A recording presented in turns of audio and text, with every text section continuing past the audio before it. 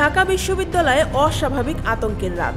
নিষিদ্ধ ঘোষিত ছাত্রলীগের নেতাকর্মীরা বিশ্ববিদ্যালয়ের অন্তত 5টি গুরুত্বপূর্ণ ভবনের প্রধান ফটকে তালা ঝুলিয়ে দিয়েছে। ঘটনাটি ঘটেছে মঙ্গলবার গভীর রাতে। বিশ্ববিদ্যালয় সূত্রে জানা গেছে, তালা লাগানো ভবনগুলো হলো চারুকলা অনুষদ, শিক্ষা ও গবেষণা ইনস্টিটিউট, পুষ্টি ও খাদ্য বিজ্ঞান ইনস্টিটিউট, কার্জন হল গেট এবং বিজ্ঞান ভবন।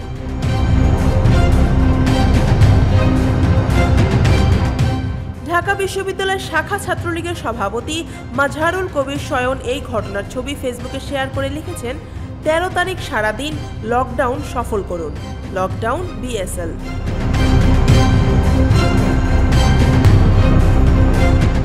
যুবলীগের কেন্দ্রীয় কমিটির সদস্য HM আল-আমিন আহমেদও নিজের ফেসবুক টাইমলাইনে একই ছবি শেয়ার করে লিখেছেন, দেখে শান্তি পেলাম, ঢাকা বিশ্ববিদ্যালয়ে লকডাউন বিএসএল, 13 তারিখ সারাদিন লকডাউন সফল করুন।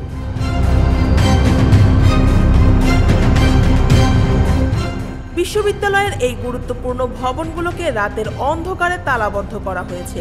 তবে সকালেই বিশ্ববিদ্যালয় প্রশাসন দ্রুত তালাগুলো খুলে ফেলে এবং ক্যাম্পাসে নিরাপত্তা জোরদার করার নির্দেশ দেয়।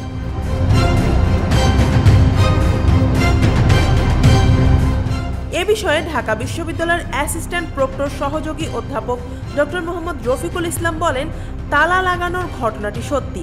সকালে আমরা তালাগুলো খুলে ফেলেছি, ক্যাম্পাসে নিরাপত্তা আরও জোরদার করার জন্য কাজ করছি এবং সিকিউরিটি অফিসারকে এ বিষয়ে নির্দেশনা দেওয়া হয়েছে। 13 নভেম্বর ঘিরে পরিস্থিতি ঠিক কোন দিকে মোড় নেয় সেটি এখন দেখার অপেক্ষা। News desk, Dhaka watch.